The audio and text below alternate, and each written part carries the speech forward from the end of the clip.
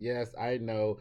This will be on YouTube like normal. However, for this time, if you're on YouTube, go ahead follow Dre's Wrestling Talks podcast on Spotify, iHeartRadio, and Amazon Music. That will help out a lot.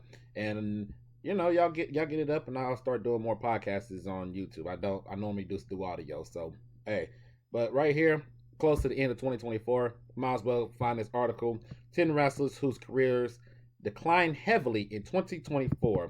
This was made right here at the very bottom. Robert Perez, my fault, Robert Perez, and he published it, or they published it in December of 2024. So of course, y'all know me; I'm always behind on everything that I do. So sit back, relax, hit the like, comment, and subscribe, and let's get through this article that I spazzed through. They said Austin Theory was not relevant in 2024. He was just a tag team champion. SmackDown, the first WWE Tag Team Champions for the SmackDown brand. I'm jumping too quick. Um, I mean, he's young, right? He's young, and he still have a lot more time to figure some stuff out. Right now, this little tag team that he has with Grayson Waller, it's cool. It's a cool little tag team. He has a bigger future. I would assume. I think a new babyface run would definitely help build him back up to the top. I don't know if he's ever going to be world champion material. I don't know. I don't see him as world champion material. I think he's more close to the mid card division, United States Championship, things of that nature. So I mean, it's whatever. My personal opinion is just whatever, quite honestly. He's one of those guys that's always going to be around this area. He might get a push towards the main event just to see how he works, but we got to put in the work for it on the main roster normally.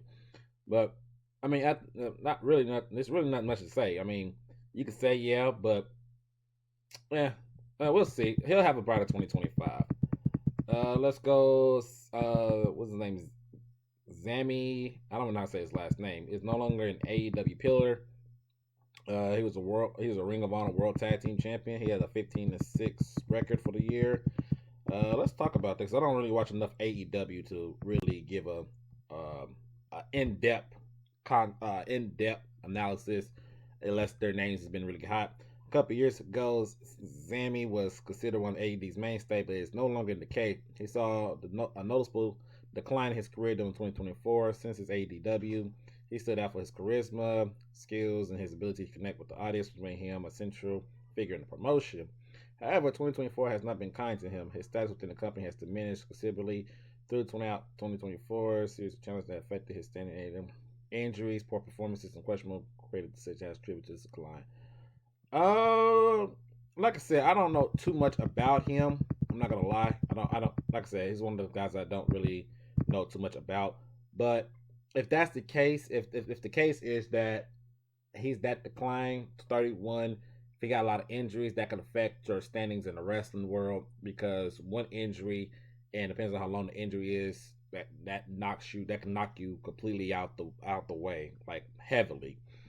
I think, quite honestly, he'd be all right. I mean, yeah, he probably had a bad year, but it depends on what he sees himself as. If he sees himself as bigger than what he is now, he'd be all right. He's not the no, he's not a tag team champion right now. When the last time he appeared in AEW is my question. Let's take a look real quick. I'm gonna have to Google this real quick on my phone. When the last time he appeared in AEW, he did get married. Yeah, I thought he was a champion. Yeah, he's the no, no, no, no, no. Member of the Sons of Texas. That's a tag team. Is it not? Is him and Goldust not the tag team champions right now? Or am I tripping? I might be tripping. Let me take a look. Uh, and is a record time 3-time former AEW TNT champion. Oh yeah, he is one half. Okay, I was right. Yeah, he is one half of the tag team champion with Dustin Rose. If anything, I'm gonna wait to the end. I'm gonna wait to the end to comment on. I'm gonna wait to the end. But sometimes wrestlers do have a down career, a down year, and they'll bounce back. But I have to believe it because I haven't really heard his name too much. Let's see. Jamie was out for 15 months, so it shouldn't count there. This shouldn't count. This shouldn't count. It was a difficult year, serious injury. Kept out of action for 15 months. Step along absence affected her career and position in AEW. Although her return was greeted with thither, she was yeah. So yeah, this is a cop out. I don't like cop outs. This is a cop out. Injuries. I mean, she was out for 15 months, so she's out for 15 months, 8 matches. I mean, what you expect her to be? I mean, I'm not no comment on this one. Yeah, it was big time injury. She working her way back in. 2025 is gonna be a better year for her. No comment on that one.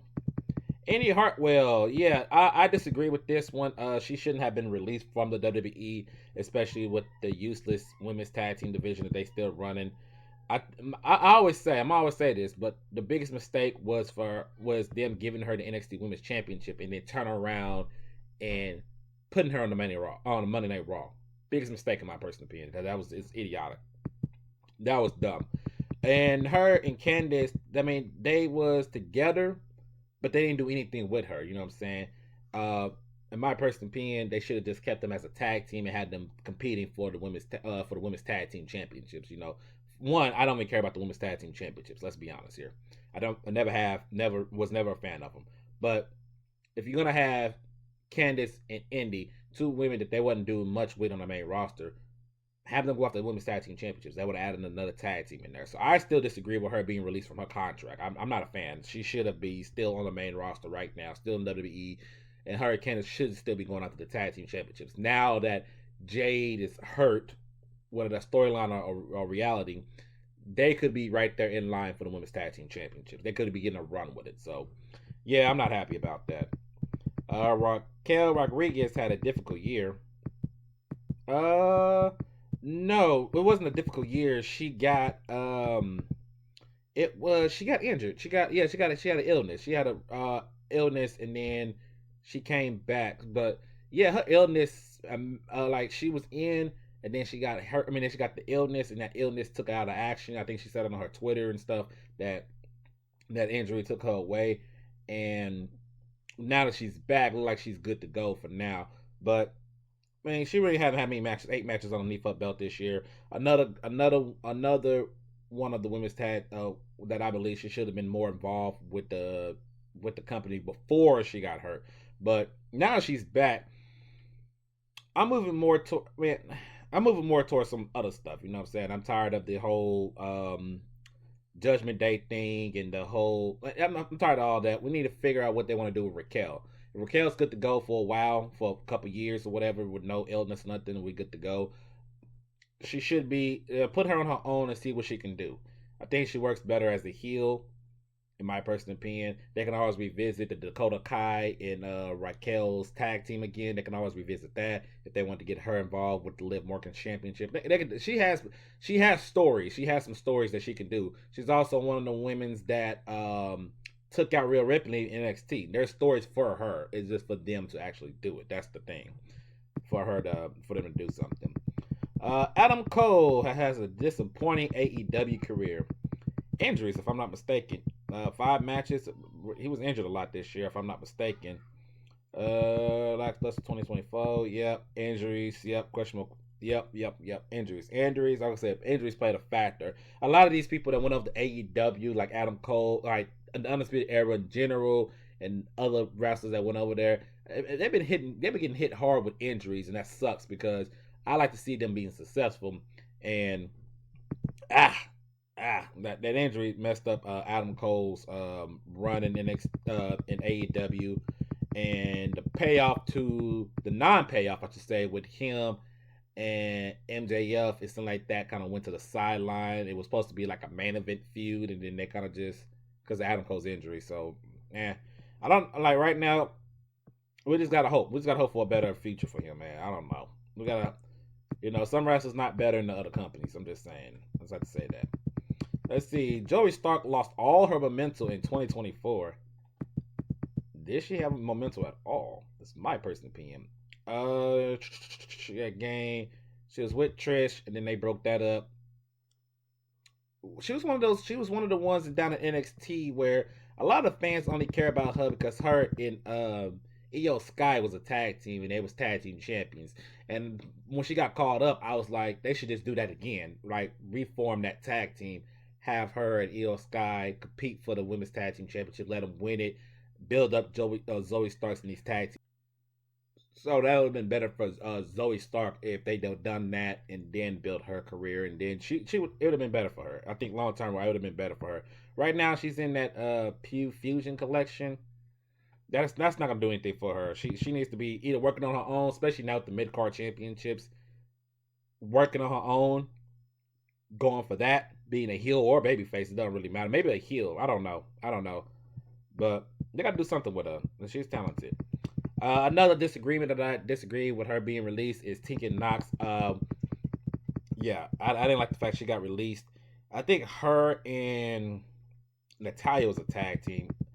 Yeah, I disagree. They released her for no reason, in my personal opinion.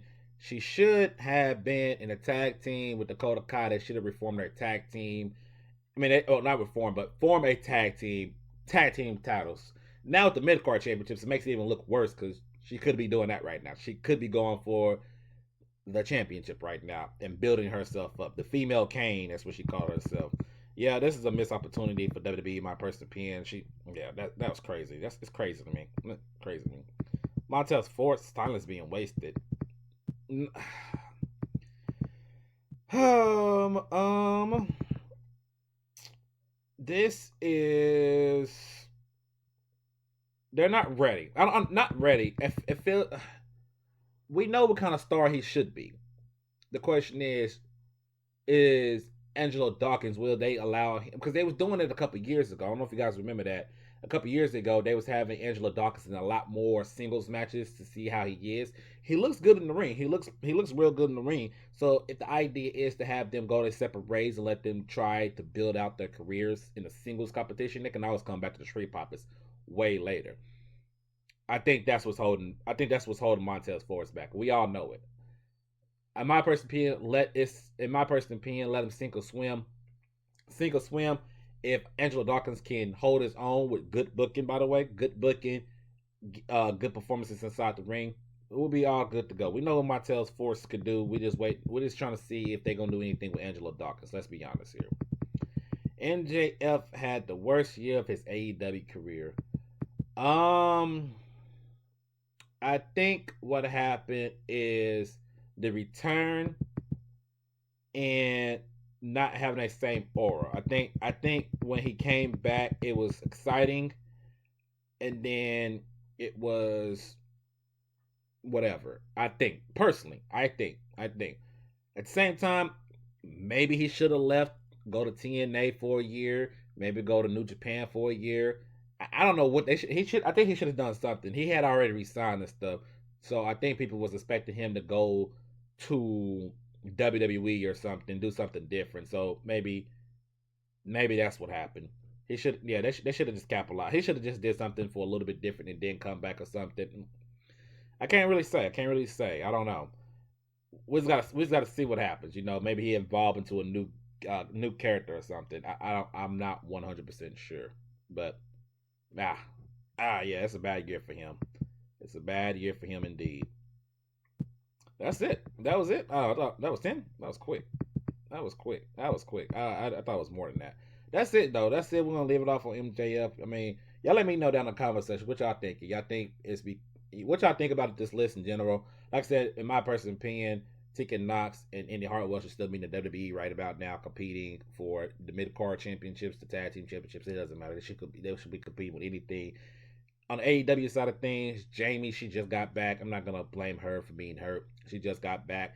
MJF, it's a down year. Like I said, a lot of these people, it's just a down year for them. They'll be all right though. They'll be all right in the future, and it'll be good to go. You know what I'm saying? It'll be good to go. But you guys hit the like, comment, and subscribe, and I'll catch y'all on the next